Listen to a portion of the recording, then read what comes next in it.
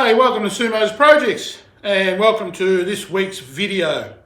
This week we're going to turn our trusty old faithful K4 Kreg jig into something that's a little bit more user friendly. But before we go ahead and do that, if this is the first time you're viewing Sumo's Projects, I'd love it if you go ahead and subscribe, hit the notification bell and join me along for many videos to do with things such as this today, some shop projects and overall builds. It's all there, so let's get going on this one. I've had my Kreg K4 Pocket Hole Jig for a couple of years now and always hated this clamp mechanism. So I went down to Timbercon and I purchased this arm oil attachment, which was supposed to make my life a little bit easier. So I've removed the toggle clamp by the means of 4 screws. Simply undo those, take it off, give it a bit of a clean, and we have this little fitting here, which is some anodized type of aluminium, has the same hole patterns as on the Kreg, so we secure that down. Now there's a little T-track in here. If we can get up close here, we have a look, and that's then going to be accepted by a little T-bolt that is at the bottom of this clamp. So the way to drop the T-bolt down is by means of this clamp here, and by turning it anti-clockwise it'll then release that T-bolt, and that then will slide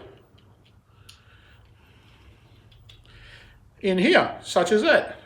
If we loosen it a bit more, and we can see that there is a mechanism that's going to be secured down that way. So I'll reassemble this and we'll go through the steps as we go once more. Because there's nuts that are supposed to be inserted underneath, you have to disattach the K4 and actually do a little bit of fiddling around to get the nuts and bolts back into the place they're supposed to be. Simply reassemble and reattach the jig to your own jig. When you're fixing this, because you've taken these are actually a bolt, so they have a nut underneath.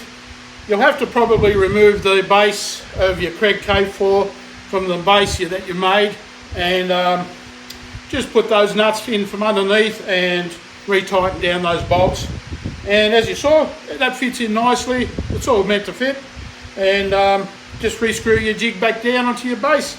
And you're ready to put on now that wonderful clamp from Armatool, which is going to make our life a lot quicker, a lot easier on most projects where you've got to do repetition pocket hole drilling.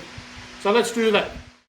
I find in general T-tracks and T-bolts are a superb system for many applications. And as you can see, this slides right in, you tension it up, locks it down, and they're ready to go.